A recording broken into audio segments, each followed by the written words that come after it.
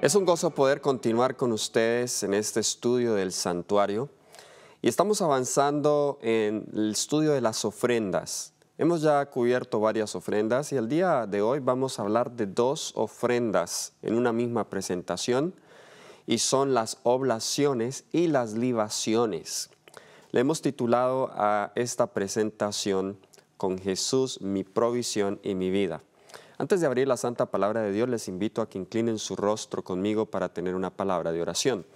Querido Señor y Padre bueno, nos presentamos delante de ti a esta hora en oración, pidiéndote, Padre mío, que tú nos des discernimiento al abrir tu palabra. Necesitamos recibir de tu Espíritu para que podamos comprenderla, para que podamos presentarla de una manera clara. Así que sé con mis labios para que yo solamente hable de tu palabra y no mis ideas. En el nombre de Jesús. Amén. Amén. Muy bien.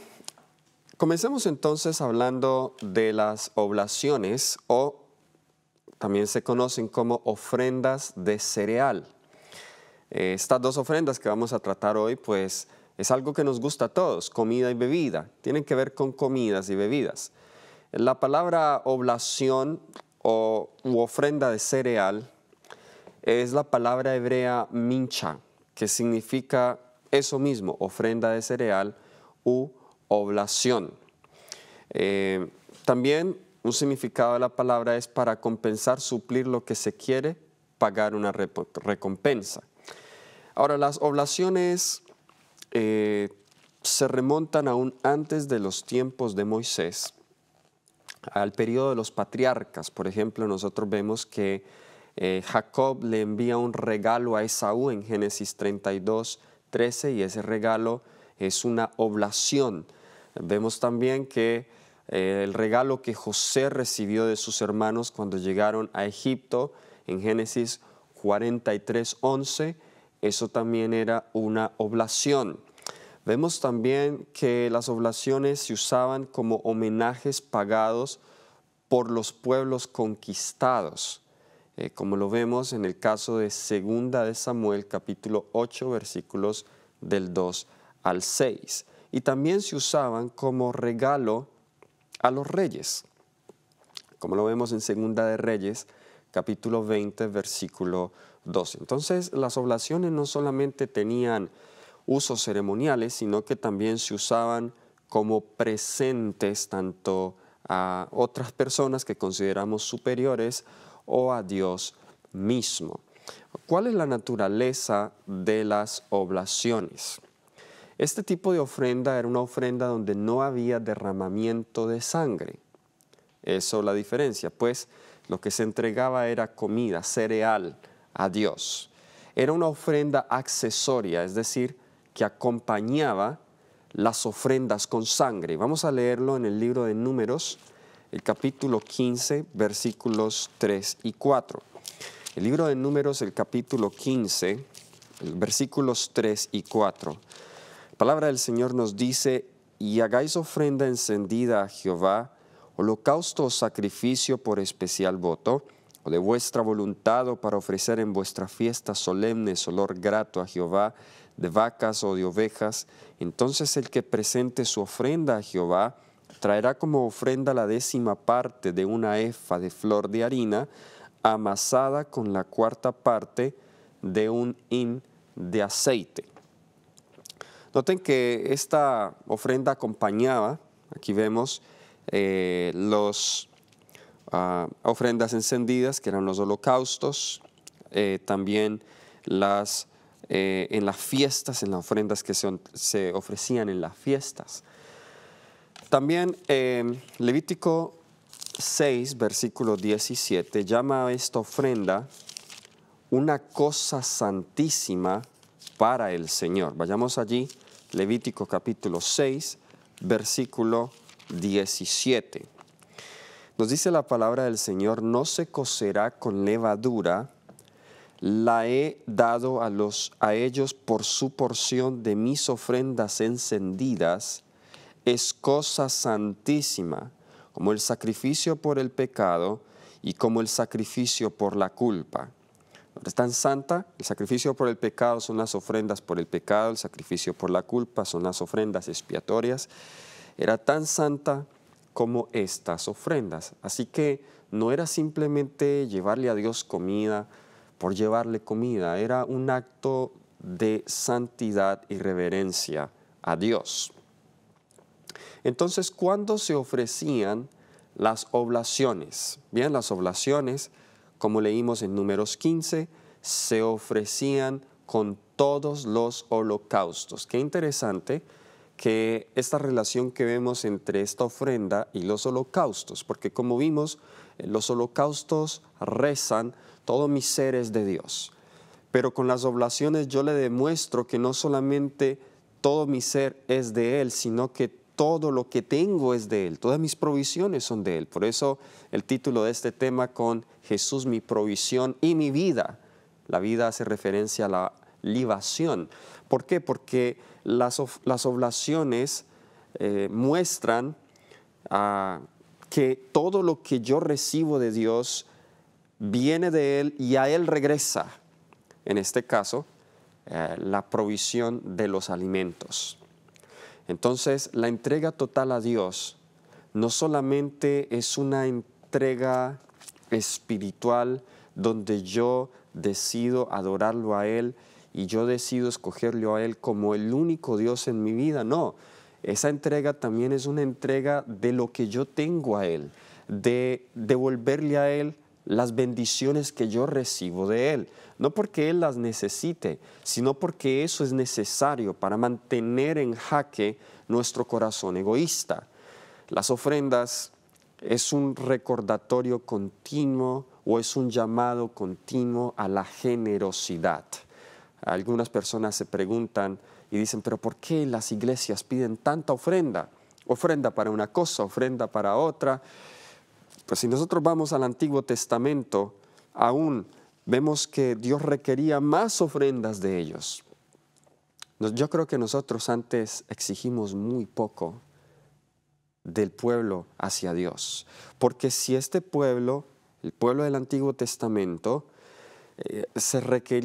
Dios les requería a ellos tantas ofrendas, cuánto más la iglesia hoy que tiene presencia en todo el mundo, que sus necesidades son mucho más grandes, no deberíamos nosotros también devolverle a Dios no solamente los diezmos, sino también devolverle ofrendas de la abundancia y de la escasez de lo que Dios nos ha bendecido. Así que las ofrendas de cereal o las oblaciones iban acompañadas de los holocaustos, porque parte de la entrega total a Dios es también la entrega de lo que tenemos. También estas ofrendas acompañaban a las ofrendas de paz y ya hablamos de ellas. Allí en Levítico, el capítulo 7, vamos a Levítico capítulo 7, versículos del 11 al 14. Levítico capítulo 7, versículos del 11 al 14. Noten esto. Nos dice, y esta es la ley del sacrificio de paz que se ofrecerá a Jehová. Si se ofreciere en acción de gracias, ofrecerá por sacrificio de acción de gracias tortas sin levadura, amasadas con aceite, esas son las oblaciones, y hojaldres sin levadura untadas con aceite, y flor de harina frita en tortas amasadas con aceite, con tortas de pan leudo, es decir, con levadura, presentará su ofrenda en el sacrificio de acción de gracias de paz. Y de toda la ofrenda presentará una parte por ofrenda elevada a Jehová, y será del sacerdote que rociare la sangre de los sacrificios de paz. ¿Por qué se ofrecía con las ofrendas de paz? ¿Cuál es el significado de las ofrendas de paz? Recuerden, dijimos que las ofrendas de paz son unas ofrendas de gratitud a Dios por la redención del pecado. Todo mi gozo es del Señor, toda mi gratitud es hacia Él. Y parte de expresar esa gratitud es también ofreciéndole las cosas materiales con que Él nos ha bendecido. Sí, las oblaciones se concentran más en lo material, en ese elemento material que Jesús mencionó en la oración del Padre Nuestro, el pan nuestro de cada día, dánoslo hoy. Ese es el elemento material de el Padre Nuestro. Y el elemento material de las ofrendas del santuario son las oblaciones, ¿sí? Quizá hoy ya no trabajes con trigo, quizá ya no trabajes con cebada, pero sí trabajas con otra cosa que te da y te ayuda a obtener cosas materiales. Pues Dios quiere que tú lo honres con eso material que tú recibes de Él. Ahora, alguien dirá, en una ocasión estaba estudiando la Biblia con alguien, hablando del tema de la mayordomía, y la persona, cuando le hablábamos del diezmo y las ofrendas y decíamos que debíamos devolverle a Dios lo que Él nos da, la persona dijo, ¿sabes? Es cierto que Dios da, pero en el caso mío, yo tuve que trabajar duro para poderme ganar lo que yo tengo. Eso no me lo dio Dios. Yo tuve que trabajar. Ahora, es muy razonable su respuesta, ¿cierto? Pero en realidad incluso allí vemos que es Dios quien lo permite. ¿Saben por qué? Porque si Dios no diera la fuerza para trabajar, si Él no diera la habilidad para trabajar, si Él no diera las oportunidades, si Él no diera la inteligencia, nosotros no podríamos hacer dinero por nosotros mismos o no tener ingresos y ganancias por nosotros mismos. Dios advirtió repetidamente al pueblo de Israel que no se olvidara que Él es el que le daba fuerza para obtener riquezas. De hecho, vamos a leer eso en el libro de Deuteronomio, el capítulo 8, y vamos a leer el versículo 17 y 18. Deuteronomio capítulo 8, versículos 17 y 18. Dice, y digas en tu corazón, mi poder y la fuerza de mi mano me ha traído esta riqueza, sino acuérdate de Jehová tu Dios, porque Él te da el poder para hacer las riquezas, a fin de confirmar su pacto que juró a sus padres, como en este día. ¿De cuántos hoy dicen eso? Sí, es mi poder, es mi fuerza la que me ha dado estas riquezas. Pero la Biblia dice que es Dios quien nos da el poder y la fuerza para hacer riquezas. Y como es Él, entonces debemos devolverle a Él lo que Él mismo nos ha dado a nosotros. Ahora, las ofrendas de cereal o las oblaciones nunca se usaban con ofrendas por el pecado u ofrendas expiatorias. Muy importante esto que acabamos de decir. ¿Por qué? Porque es que a Dios no lo podemos comprar con nuestras ofrendas materiales para que Él nos perdone y nos dé la salvación. Porque es que la salvación no se obtiene con oro ni plata, sino con la sangre de Cristo Jesús. Y como estas ofrendas no involucraban derramamiento de sangre, pues estas ofrendas no eran suficientes para expiar por el pecado. Estas ofrendas son unas ofrendas también de agradecimiento, igual que las ofrendas de paz, sin derramamiento de sangre, donde, como mencioné específicamente, se enfatiza el honrar a Dios con las cosas materiales. Saben que hay personas que practican un tipo de ofrenda que tiene la intención de convencer a Dios para que responda sus oraciones. Y espero no me malentiendan, pero voy a tocar algunos puntitos que pueden ser un poco controversiales. Primero voy a hablar de uno muy personal para que pues no se sientan aludidos, y luego voy a hablar de uno más general. Recuerdo yo creciendo, mi papá tenía esta idea que ahora que yo ya entiendo mejor la palabra de Dios, creo que era una idea equivocada. Mi papá tenía la idea cuando había una necesidad en la casa, cuando había una necesidad financiera, o cuando mi papá había aplicado un trabajo y quería que le dieran el trabajo, pues él con mi mamá le decía a mi mamá, ¿sabes qué? Vamos a darle una ofrenda a Dios y vamos a orar para que Dios nos responda a lo que nosotros estamos pidiendo. En otras palabras, para que me vaya bien financieramente voy a darle una ofrenda a Dios. Para que me den el trabajo que yo estaba aplicando le voy a dar una ofrenda a Dios. Y saben que a veces nosotros podemos tratar a Dios como si fuese el mago de la lámpara mágica que uno la frota y entonces Él sale y Él nos concede todo lo que nosotros queramos. Muchas veces nosotros podemos tener ese concepto de Dios. Y los israelitas incluso habían caído en eso. Habían caído en el concepto en que ellos podían de alguna manera convencer o forzar a Dios a que Dios respondiera a sus oraciones con regalos materiales. Había un concepto falso del mago de la lámpara cuando ellos llevaron el arca del pacto, los hijos de Elí, allá al campo de batalla contra los filisteos. De pronto yo no tenía la historia del mago de la lámpara, pero querían que Dios estaba ahí allí dentro de esa arca y que quizás llevándola y frotándole el arca, pues Dios iba a salir y les iba a dar la victoria. Al comprender hoy eso, pues yo creo que mi papá no estaba orando de la manera correcta. Ahora, en algunas iglesias se practica algo que se llama el fondo de inversión. Y por eso digo, no me vayan a malentender y no estoy diciendo que estoy en contra del fondo de inversión.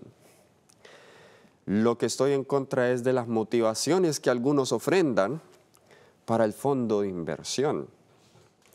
Por ejemplo, un hermano una vez que conocí que dijo que había puesto su calvicie en el fondo de inversión. Y esto puede sonar un poco divertido, ¿cierto? En otras palabras, el hermano se había quedado calvo y él quería tener pelo. Y entonces comenzó a dar una ofrenda y ponerla en el fondo de inversión para decirle, Dios, por favor, ayúdame a que me salga cabello. Algunos compran su carrito y para que no le pase nada al carro, que nunca se estrelle, colocan su carro en el fondo de inversión. Yo les hago una pregunta, hermanos. Es que tenemos que nosotros comprar a Dios con ofrendas para que Él nos responda. ¿O son las ofrendas simplemente una respuesta de agradecimiento a Dios por lo que Él ya nos ha bendecido? Así es cierto. Yo puedo dedicar mi casa a Dios. Yo puedo dedicar mi carro a Dios. Yo puedo dedicar mi finca a Dios. Yo puedo dedicar mi cuerpo a Dios. Y yo le puedo dar una ofrenda a Dios en agradecimiento por mantener mi finca y mi carro, por mantener mi casa, por mantener mi familia, por mantenerme saludable. Claro que sí hay que hacer eso. Pero lo que yo no debo hacer es dar la ofrenda en condición a algo. La única motivación por la cual damos ofrendas a Dios es por amor. Nunca, con todo lo que nosotros demos, nunca se va a comparar por lo que Él ha hecho por nosotros. Y es cierto, Él sí ha prometido. Malaquías 3, 8 al 10, Dios ha prometido que Él va a abrir las ventanas del cielo y va a derramar bendiciones hasta que sobreabundan. O sea, no lo dudes. Él lo va a hacer, pero no des ofrendas por la motivación de las ventanas del cielo. Da ofrendas por lo que Cristo ha hecho en el Calvario por ti y lo que sigue haciendo por ti cada día, tanto espiritual como materialmente. Y en los casos de pecado, pues mucho más. Nuestras ofrendas no pueden expiar por el pecado. Había casos especiales en que se ofrecían, por ejemplo, los sacerdotes ofrecían las oblaciones, por ejemplo en Levítico 6, versículos del 20 al 23, leemos un caso. Levítico capítulo 6, versículos del 20 al 23, dice, esta es la ofrenda de Aarón y de sus hijos, que ofrecerán a Jehová el día en que fueron ungidos la 10ª parte de un efa de flor de harina, ofrenda perpetua, la mitad de la mañana y la mitad de la tarde. Vamos a dejarlo hasta allí. Cuando Aarón y sus hijos fueron ungidos y fueron ordenados para el servicio sacerdotal, pues ellos presentaron como agradecimiento una ofrenda de oblación. ¿Y qué nos muestra eso? Cuando Dios nos llama a un ministerio sagrado, Dios en ese llamado también implica la dedicación de las cosas materiales a Él. El pan de la proposición, que estaba sobre la mesa de los panes de la proposición, en sí también era una ofrenda de oblación. Levítico 24, versículos 5 al 9, nosotros leemos en cuanto al pan de la proposición, que era un tipo de ofrenda de oblación.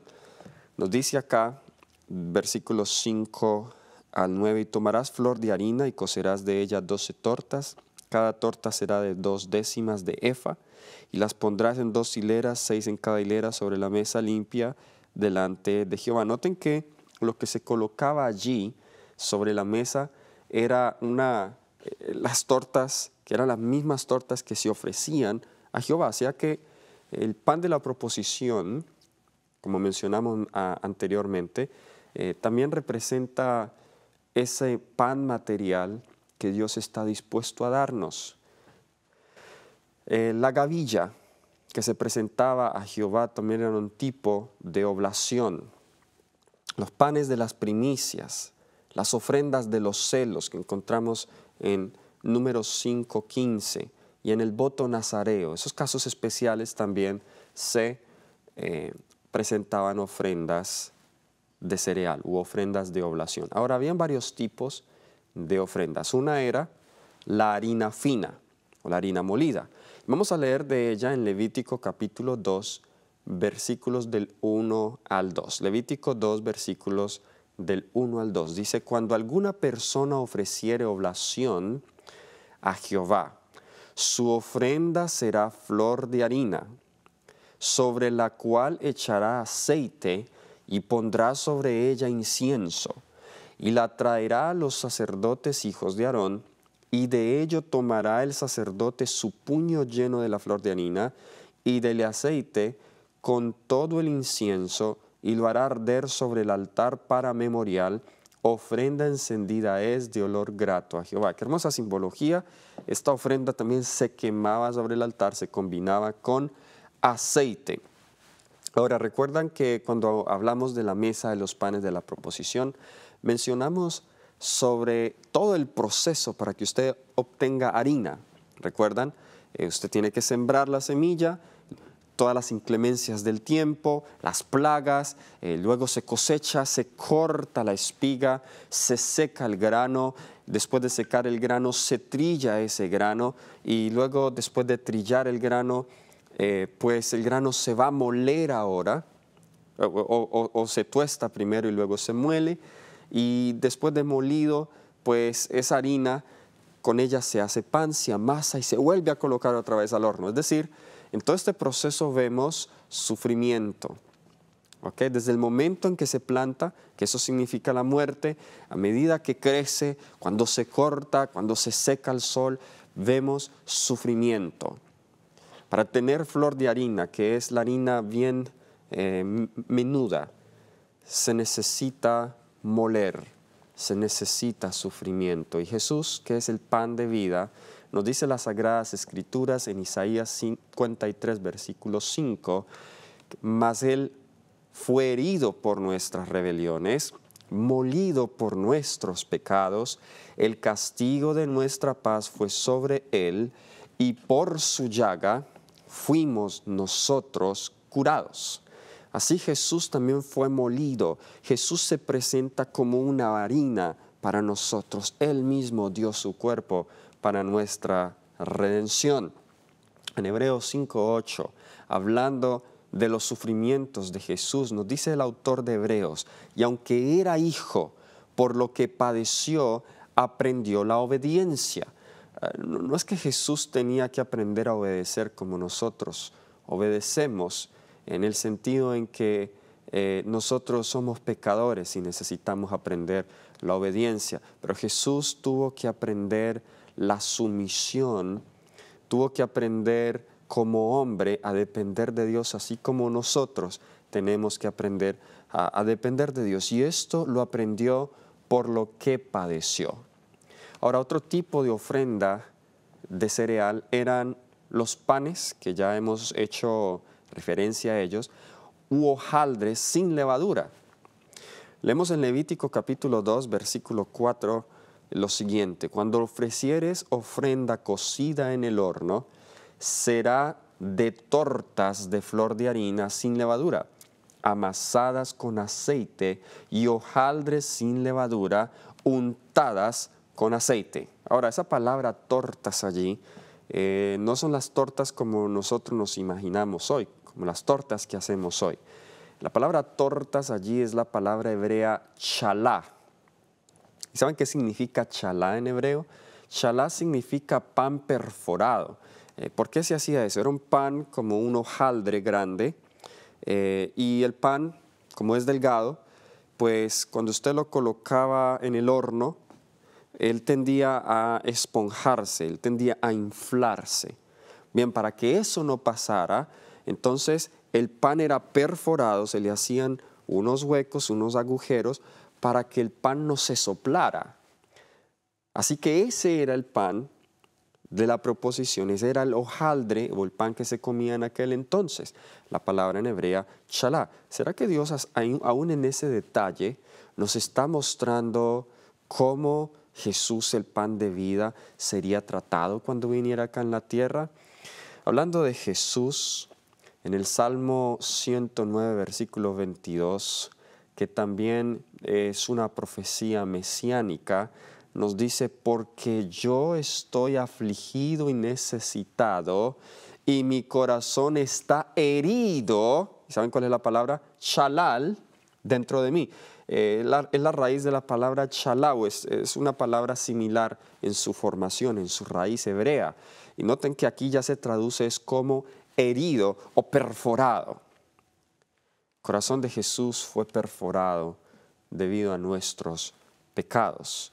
Zacarías capítulo 12, versículo 10, leemos: y derramaré sobre la casa de David y sobre los moradores de Jerusalén espíritu de gracia y de oración, y mirarán a mí a quien traspasaron, y llorarán como se llora por hijo unigénito, afligiéndose por él como quien se aflige por el primogénito.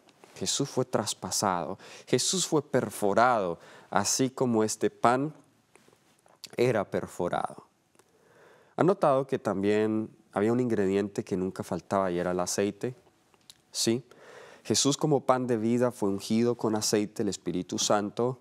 Nosotros como pan de vida necesitamos estar ungidos con aceite, pero también lo que le dedicamos a Dios, lo material que le damos a Él, necesita también estar ungido por el Espíritu Santo. Ahora, ¿qué significa eso? Debe tener la aprobación del Espíritu Santo.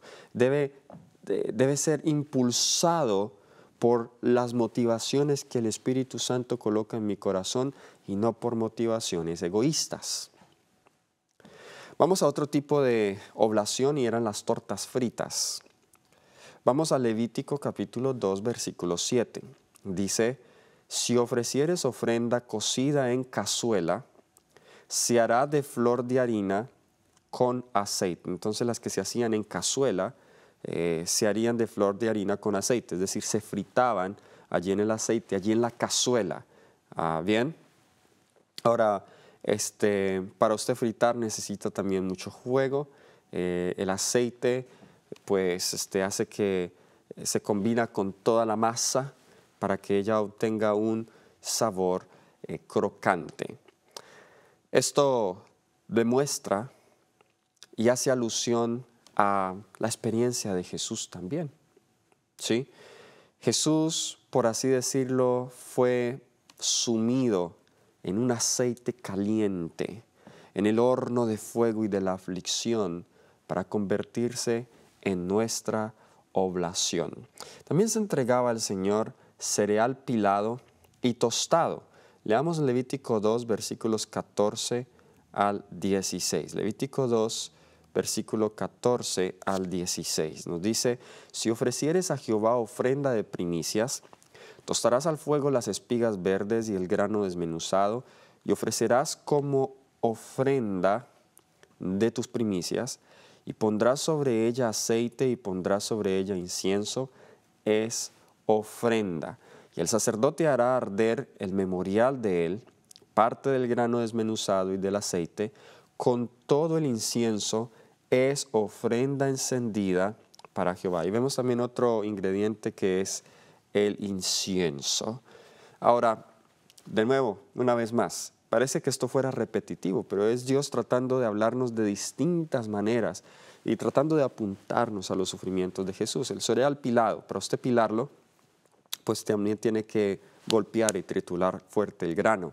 En mi país, la región de la costa, donde se cultiva el arroz, los campesinos allá tienen algo que le llaman el pilón, que es un tipo de estructura de madera que es hueca en la parte superior, y allí echan el arroz y con un palo fuerte lo golpean, lo golpean, lo golpean hasta pilarlo, quitarle la cáscara. ¿Okay? Y luego no solamente era pilado, sino que también era tostado. De nuevo allí vemos la parte de los sufrimientos de Jesús, quien fue golpeado, quien fue azotado con un palo para convertirse en el pan de vida. ¿Qué quería Dios enseñarle al pueblo? Cuando el pueblo tenía que hacer todo esto, le iba a entregar una oblación a Dios, tenían que coger el grano, pilarlo, azotarlo, tostarlo.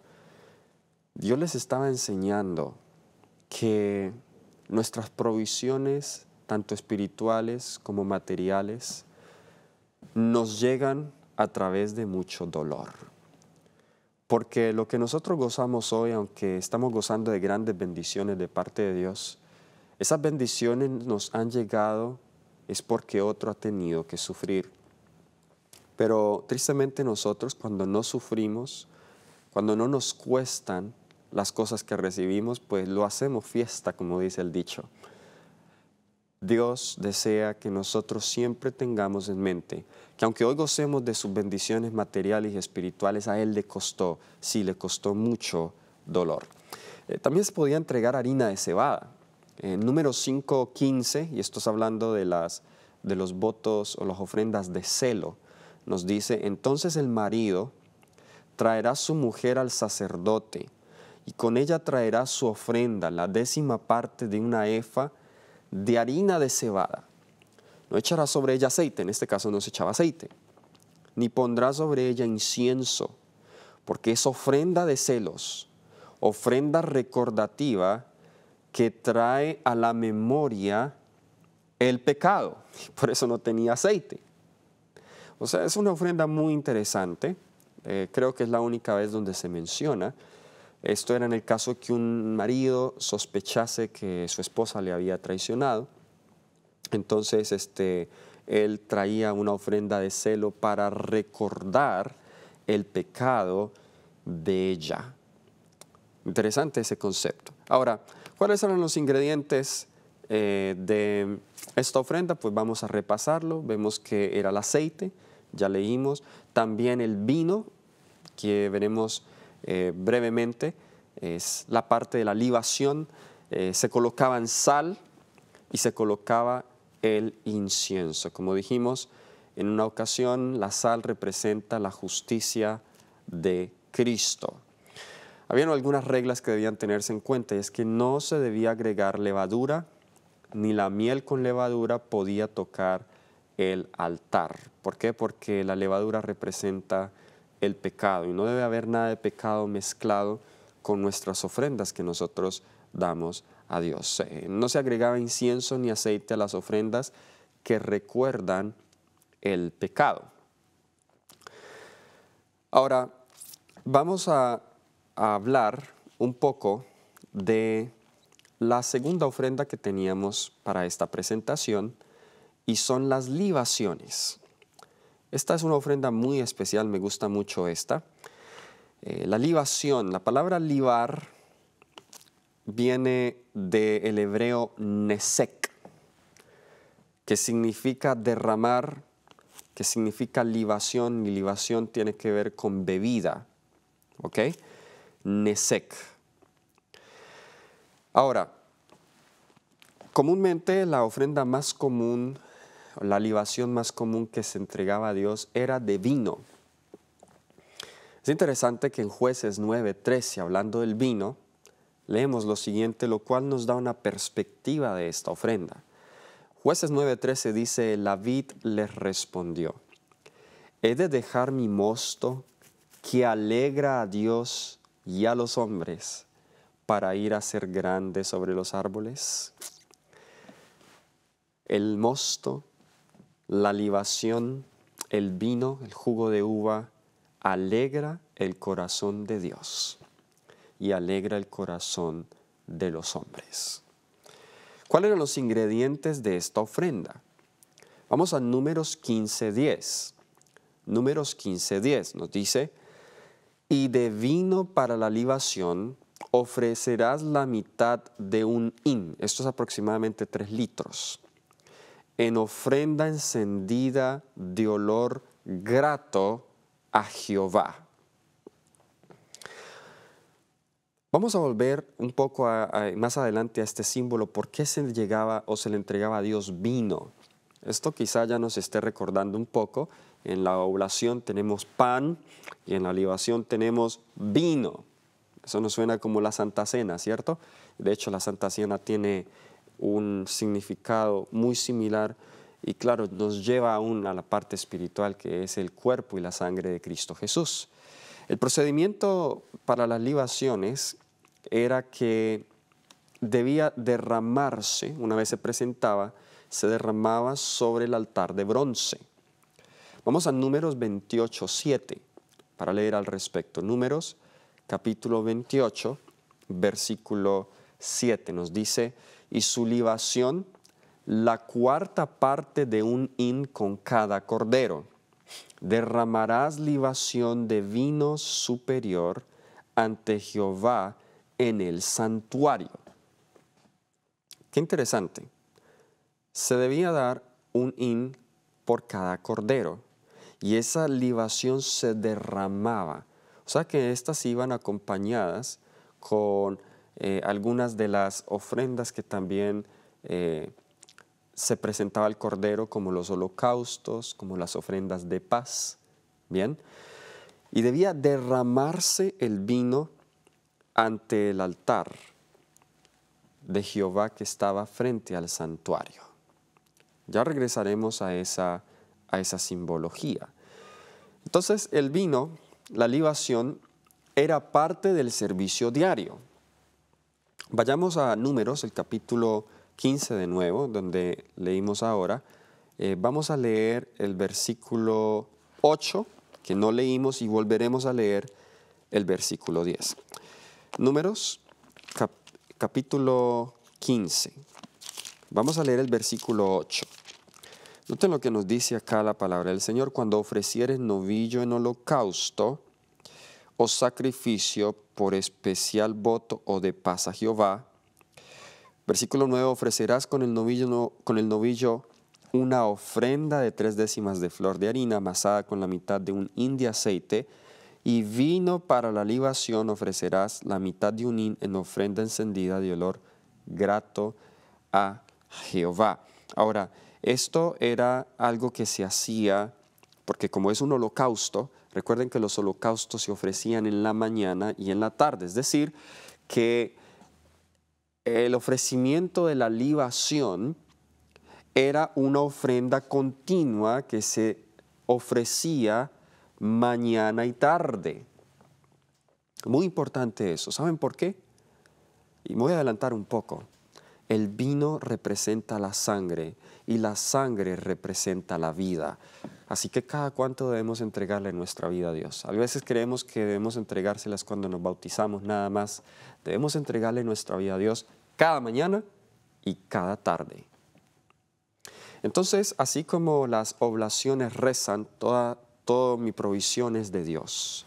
Las libaciones rezan, toda mi vida es de Dios. Con las libaciones yo le entrego mi vida al servicio de Dios. También en la mesa de los panes de la proposición había vino, o sea que allí también se libaba. Los sacerdotes lo hacían. Leamos en Éxodo 25, 29.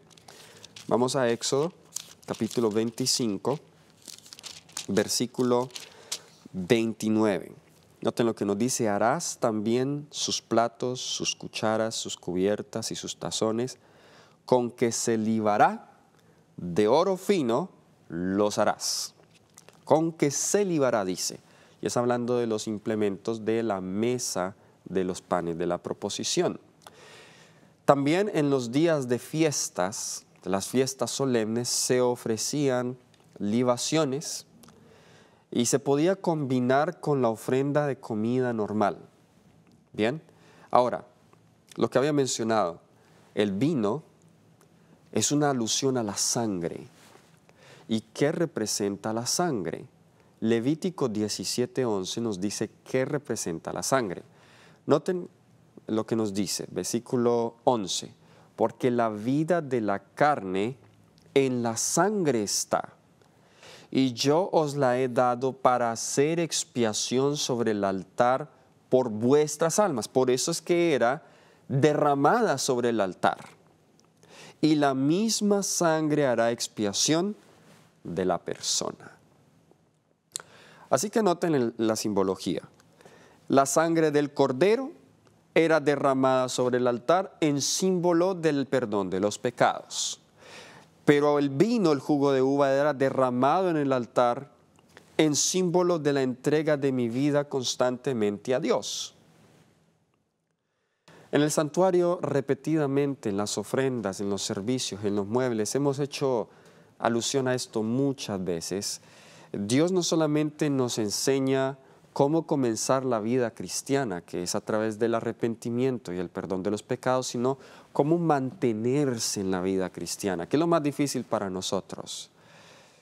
Lo más fácil quizá para nosotros es comenzar, aunque para algunos es difícil comenzar, pero podemos comenzar en cualquier momento, a cualquier hora, el mismo momento en que yo sienta el llamado de Dios para arrepentirme. Allí entonces comienza la nueva vida, pero mantenerse de allí por muchos años es lo que nos cuesta. Bien, las ofrendas del santuario, esta ofrenda en particular, nos muestra cómo mantenerse con Dios cada día, cómo entregarle nuestra vida a Él cada día. Jesús, hablando en ocasión de la Santa Cena, dijo en Mateo, capítulo 26, versículos 27 y 28. Mateo 26, versículos 27 y 28.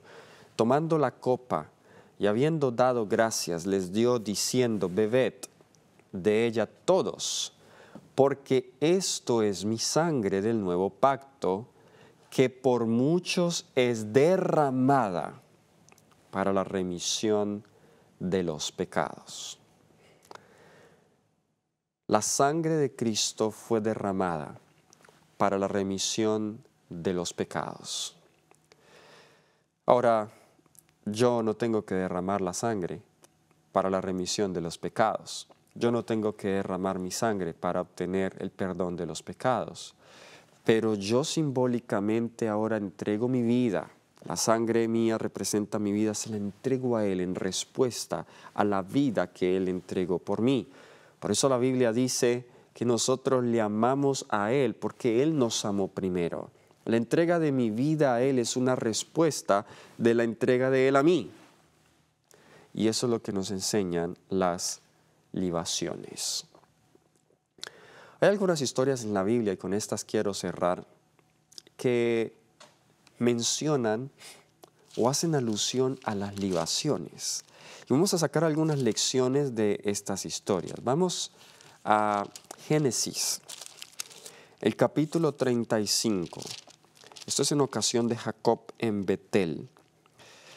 Génesis, el capítulo 35.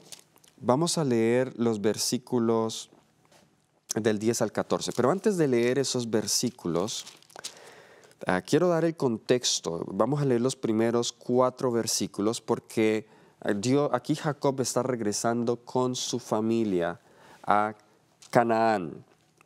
Pero su familia había crecido y como había crecido, habían algunas cosas sucediendo dentro de su familia de las cuales Jacob no estaba consciente. Habían ídolos secretos allí.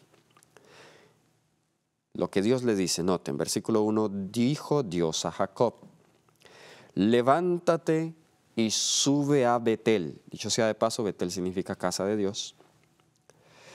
Y quédate allí y haz allí un altar a Dios que te apareció cuando huías de tu hermano Esaú.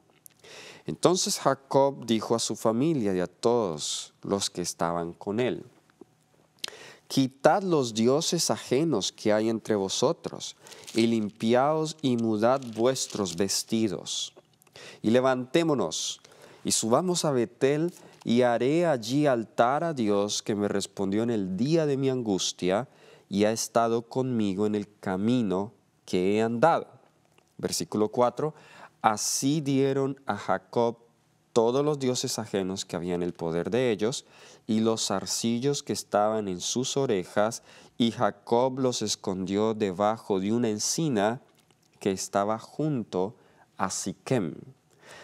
Aquí interesante que entre los dioses ajenos que le entregaron a Jacob, habían zarcillos que estaban en sus orejas. Y no es el tema de esta presentación, pero para Dios eso también es un Dios ajeno. Bien. Ahora, este acontecimiento acá es muy interesante porque si ustedes notan en capítulos anteriores, cuando Jacob sale de la casa de Labán, en el capítulo 31, ustedes allí van a notar, y no tengo tiempo para ir a estos detalles, que Raquel se lleva los ídolos de su padre.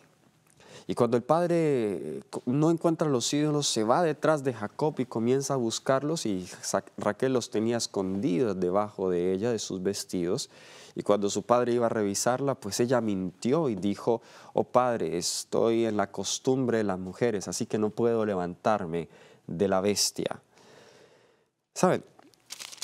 En el capítulo 35 más adelante usted ve la muerte de Raquel. Y entre los ídolos que se entregaron estaban esos dioses ajenos que la misma Raquel había sacado de la casa de su padre. Es como si Dios estuviese haciendo este llamado, porque sabía que Raquel pronto iba a morir y Dios quería que Raquel muriera sin ídolos. Pero antes de la muerte de Raquel, Jacob hace algo más. Versículo 10.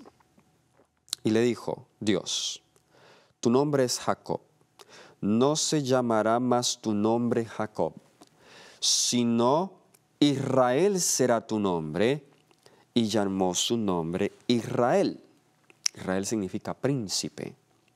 También le dijo Dios: yo soy el Dios omnipotente, crece y multiplícate. Una nación y conjunto de naciones procederán de ti, y reyes saldrán de tus lomos. La tierra que he dado a Abraham y a Isaac, la daré a ti, y a tu descendencia después de ti daré la tierra. Y se fue de él Dios del lugar en donde había hablado con él. Ahora noten, y Jacob erigió una señal en el lugar donde había hablado con él, una señal de piedra, y derramó sobre ella, ¿qué cosa? Libación, y echó sobre ella aceite. Y ese fue el lugar que luego se llamó Betel. Betel, casa de Dios. ¿Por qué Jacob hizo eso? Esa es la pregunta. Dios se había aparecido a Jacob, y noten que esta conversación que sucede entre Dios y Jacob es la confirmación del pacto. Dios se aparece a Jacob, confirma el pacto con él, y Jacob en respuesta le cambia el nombre, un detalle muy importante. Ya se lo había cambiado antes, pero aquí lo reafirma. Y en respuesta Jacob erige un pilar o una piedra, quizás la misma piedra sobre la cual él había recostado su cabeza, y él derrama aceite sobre ella. Derramó libación. Para entender eso, debemos hacernos dos preguntas. Número 1, ¿qué significa el cambio de nombre? Cambio de nombre en la Biblia significa cambio de identidad. Jacob ya no era Jacob, suplantador, sino que era Israel, príncipe de Dios, victorioso de Dios. Jacob había experimentado una conversión, y como respuesta al pacto, ese es el segundo punto, Dios entra en un pacto con Jacob aquí, y el pacto es una relación. Jacob entonces responde a ese cambio de nombre, a esa nueva identidad que Dios le da, responde a ese pacto que Dios confirma con él y le entrega su vida a él. Y esa es la respuesta de cada uno de nosotros, que debería ser la respuesta de cada uno de nosotros hacia Dios. Ahora hay otro incidente muy interesante, y este es muy claro porque muestra que las libaciones significan la vida. Y vamos a Primera de Crónicas, el capítulo 11. Vamos a ver algunos de esos pasajes que hablan de la magnanimidad de David, hombre de acuerdo al corazón de Dios. Primera de Crónicas, capítulo 11, 17 al 19. Este capítulo habla de los valientes de David y menciona un episodio cuando David tenía sed. Y noten lo que estos hombres hicieron por David, qué tremendo. Primera de Crónicas, capítulo 11, versículos 17 al 19, dice: David deseó entonces y dijo: ¿quién me diera de beber de las aguas del pozo de Belén, que está a la puerta? En tantas persecuciones y tantas guerras, David recordó desde su niñez los pozos del agua o las aguas de los pozos de Belén, y susurró, hizo audible su pensamiento y su deseo. David tenía hombres fieles, porque noten ahora lo que hacen estos hombres por él, versículo 18, y aquellos tres, los tres valientes, rompieron por el campamento de los filisteos y sacaron agua del pozo de Belén que estaba a la puerta, y la tomaron y la trajeron a David, mas él no la quiso beber, sino que la derramó para Jehová. Ahora, estos hombres, traten de imaginarse eso. Estos hombres leales al rey David.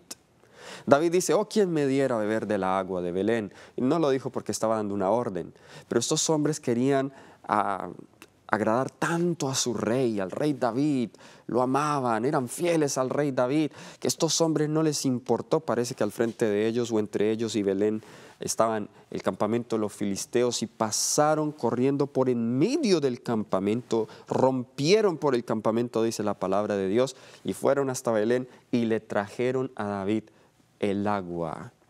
¡Wow!